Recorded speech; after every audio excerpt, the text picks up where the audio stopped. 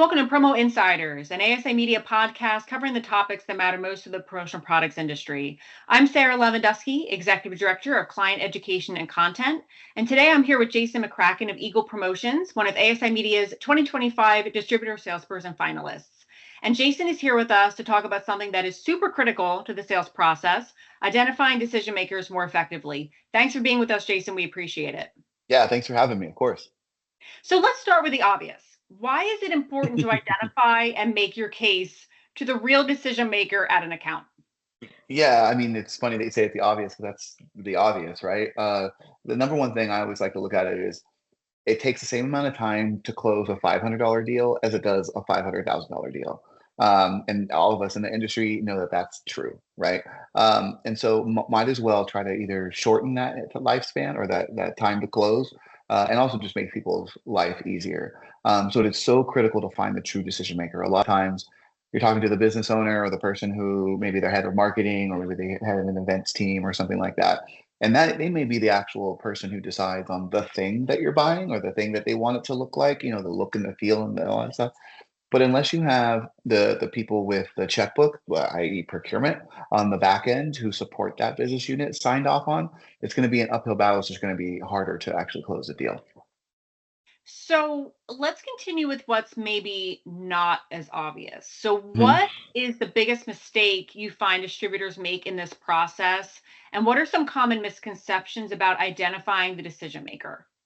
Yeah, great question. So I think the first thing is that they'll find a person on LinkedIn or through some other, searching, ability, and they'll say, "Oh, Joe Smith is the head of marketing for such and such," and they just pepper that guy. They're trying to just get that guy to answer the emails, and they haven't really done a lot of the back end work of like, okay, well, how does this person really fit into the organization? Does their title really align with what I need to close a sale? I can't tell you how many times I've gone down the path of trying to talk to somebody who's so and so of marketing or so and so in events or whatnot, because that's kind of, you would think that's a space, but really the executive assistant to the CFO is the one who makes the decision, right? And they're just kind of telling that person on marketing, hey, this is what our CFO wants, or this is what our team is looking for. And so I think the main thing is to really ask, who, when you do get that person on the phone or email, who else do you need to have involved to have this PO approved or to have this project approved? If they're like, the buck stops here, I am the one and only, fantastic. Your mining of that account or that specific engagement is done. Now you just need to make a relationship with that person. If they're like, oh, I need to get my VP involved, or because of the spend, I need to go to EVP or whatever, great. That gives you two kind of clear answers. One, do I need to talk to that EV or VP? And a lot of times they'll gatekeep that person, which is fine. Or then you can peel back and go, what's important to that VP? What's important to that EVP? Like, what are they trying to convey with this engagement that you are now being tasked with doing? Because 99% of the people that I've talked to, whoever's actually doing the buying, as in like they're the one that you're engaged with on a daily basis, this is the space that we are in is something that's on the side of their desk. Like they have a full-time job they do that they actually get paid for. That's like their job description. And somebody walked by their desk one day and was like, hey, can you buy 5,000 shirts for this event? Because we're all busy and maybe you have some bandwidth. It's not their job, right? For the most part, unless you have somebody who, again, I'll go back to T-Mobile, unless you have somebody who their entire job is brand purchasing and strategy, most companies, the people who are buying from, this is not what they do all day. So really finding out what makes going to make their life easy, and by making their life easy is what is your boss looking to accomplish, or what is the final sign-off person looking to accomplish, and let me get that for you. So it sounds like that process of peeling back the layers has to start early. Like the mark of a good salesperson is that they're starting that very early in the conversation, so they're not like spinning their wheels and wasting their time. So how do you have the confidence as a salesperson to start early with that like to have to say the question like, oh, who else has to be in this conversation? It takes a certain confidence to be able to do that. How do you start early with that line of questioning, I would say? Well, I think the first thing is don't do it in a salesy way, because the first time you say, so who else do you need to get involved? That immediately people are like, ew, gross, you're selling to me, stop, right? So like what I do is I'm like, oh my God, like let's say I'm talking to Sarah Smith and I'm like, oh yeah, Sarah, you do this all by yourself? You're a rock star. And they'll be like, yeah, I'm a lone wolf. I'm just doing them. Great. Or they're like, well, I do, but I'm working on behalf of my executive, da da da da. You're like, okay, noted, right? Because you're doing it in a disarming way. Nobody wants to be sold to. Nobody wants the sales pitch crap, right? They don't want to have a used car salesman. They just want to have a friend and somebody that they know when things get tough and things go sideways, which they do, and they do often, that they can trust you. And so, and it's not being disingenuous, it's just a different way to kind of peel back that onion. So the way that I do it is early and often. So like the very first conversation, I'm like, like I said, I don't directly ask them, who else do you need to get involved? I really will say, man, you're doing this all on your own. That's, man, you're a badass, right? And that usually will beget the response of, well, yes, I am. Thank you so much for thinking of me. Or, yeah, but I'm a team of like five other people that they all need to buy into. Awesome. Then what you do is you don't then go into the, well, let's meet all of them right away. Cause then again, now you're salesy, right? Now you're just like, awesome. Well, like when do you guys meet to discuss this stuff? Oh, we meet once a week. So I'm going to take our conversation back. I'm going to meet with those five other people. And then it helps you get an understanding of the cadence, right? So that way, if they say, okay, like for example, my T-Mobile business, the major program that we have with them, I meet with a key person, and then once a week that person meets with the larger marketing team. I know this because I've been doing it long enough with them that like if I meet with my key person on a Monday, I know they have their marketing meeting on a Thursday. So I am not going to reach back out on Wednesday and say, hey, we talked on Monday, we talked about XYZ. Do you have any answers? Because they're going to be frustrated because they're like, I told you that I meet these people on Thursday.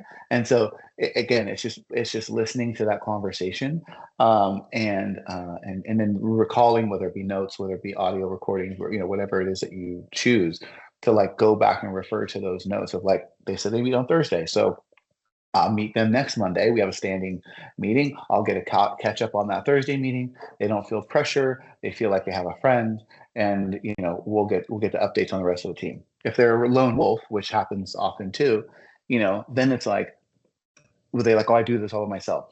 All right, well, what's best for you? Should I reach out like every other day? Do you want once a week? Like, and then they'll get a sense of like, oh, this project is really important. I have to have an answer right now. So like, email me, call me as fast as you want.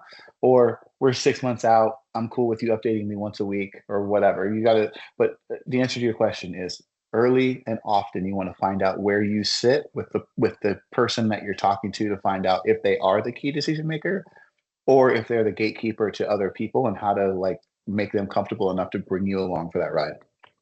Can you give us a real life example of how quickly identifying the decision maker resulted in not only a sale for you, but also a happy client? Absolutely. So I got a cold call from Amazon 8 months ago, which was, so to back up a little bit. I went to a minority event in Seattle because that's where I live, and Amazon's there. And Eagle is a minority owned company, so we went and just did some meet and greet with Microsoft and a bunch of other people. It was just like a luncheon, right? So gave our cards out, had some conversations, and just kind of did that part. Got a call from somebody from Amazon on a Wednesday afternoon. They were like, "Hey, I had your card from this event." And then they asked, "Do you do these things? Can you create these? They gave us kind of the list of the things that we could make. Of course, the power of yes. I said, yes, we can do all of that. That was on Wednesday afternoon. Thursday morning, I had a quote to them. And in my quote, I said, here's the project. You have, all the items you asked for. Here's the mock-ups. And if you can have a contract to me by the end of the week, we'll keep moving. And on Friday, by the end of the day, we had a contract for $1 million year program, which now will be 10x next year. We'll do 10 million with that program next year. So 48 hours of just asking those questions. When the person called me, I asked those questions like how big is the team that you work with? Are you doing this all by yourself, man? He's like, yeah, I'm doing this all by myself. I'm like, cool. So in my mind, I'm like, I got the guy. This is the person who needs to get this off his desk. This is not his job. This is something that he was given. And again, it's listening to the cues, right? When he was talking, he's like, man, I kind of dropped the ball. I was supposed to call somebody and do like a full RFP like a month ago, but I didn't because I'm so busy with like my day job, and like so now I'm going through these cards and people that I met at the minority event, and your name is here. So like it was kind of a little bit of the luck of the draw, but you have to listen to that and go, cool, well, you're excited and you're impassioned to get this done because you delayed the timeline on your end. I can hear that in your voice. I can hear that by what you're saying.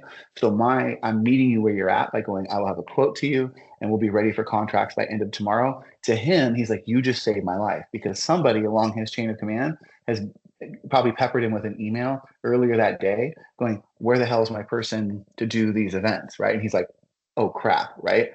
So I met his urgency with my own urgency, having the quote back the next day, telling me we were ready to do a contract.